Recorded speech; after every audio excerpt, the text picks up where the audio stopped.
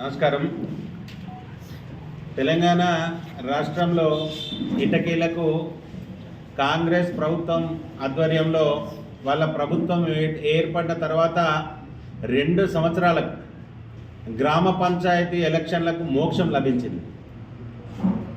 మరి గ్రామ పంచాయతీలు 2 సంవత్సరాల నుండి ఎట్లా దుర్భరంగా మారినాయి అన్నవి ఈ గ్రామంలో ఉన్న ప్రజలందరూ చూసింది. ఈ గ్రామ పంచాయతీ ఎన్నికలలో గ్రామంలో ఉన్న ప్రజలందరూ ఈ గ్రామ పంచాయతీలను అభివృద్ధి చేసే దిశగా ఎన్నికలలో ఓట్లు వేయాలి. ఇప్పుడు ఏదైతే అభివృద్ధి కారకాలుగా గ్రామ పంచాయతీలను తీర్చిదిద్దినదే కేంద్ర ప్రభుత్వం.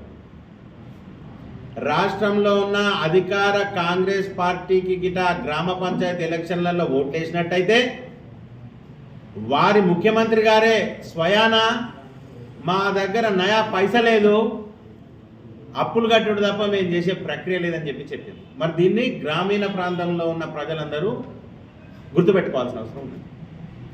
ఈ కాంగ్రెస్ ప్రభుత్వ పెబనే సీఎం గారే స్వయంగా ప్రకటించారు మా దగ్గర రూపాయి లేదని చెప్పి. అదే రకంగా గత 10 సంవత్సరాలు పాలన చేసిన ప్రభుత్వం ఏదైతే ఉందో, ఎంత అవినీతిమయమైన పాలన చేస్తే మీరే నిర్ణయం చేసి వారిని దూరం పెట్టి ఇక్కడ స్థానికంగా ఉన్న శాసనసభ్యుడు ఏదైతే ఉన్నదో 2 సంవత్సరాలకేది ₹1 పనికడి చేయలేదు. నిన్నగాక మొన్న రైతులందరూ అరిగోస ఎల్లదీస్తూ రైతు కళ్ళాలల్లా రైతులు పండుకుంటే ఈ ఎమ్మెల్యే వీళ్ళ ప్రభుత్వం లేకున్నా జూబ్లీ హిల్స్ ఎన్నికలలో ఏదో విజయం సాధిస్తా ఆ సీటు పొందితే ఏమో కిరీటం వస్తుందన్న ఆలోచనతోటి స్థానికంగా ఉన్న ప్రజలను విస్మరించి రాష్ట్రంలో రాజకీయం కోసం తిరుగుతాడు.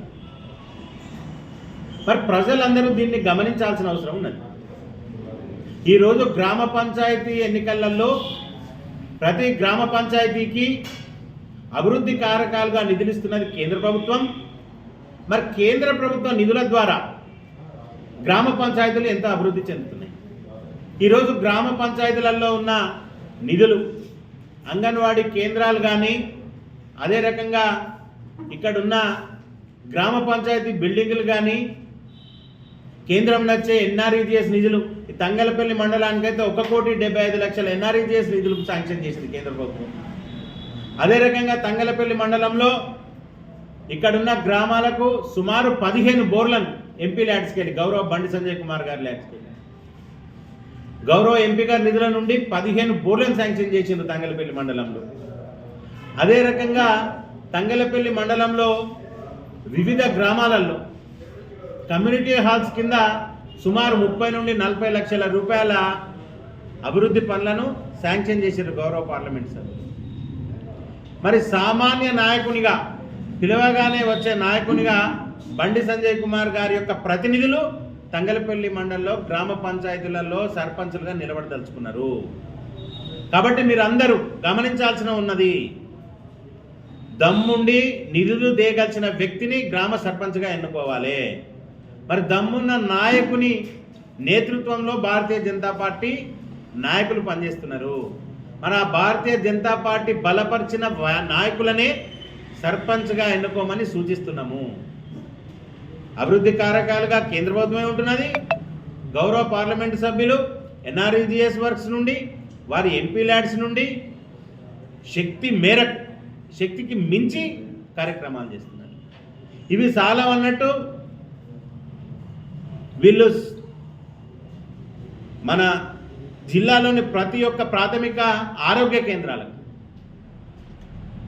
సిఆర్ఎస్ నిధుల నుండి అంబులెన్స్లు ఇస్తున్నారు, ఒక మంచి పరికరాలను ఇస్తున్నారు.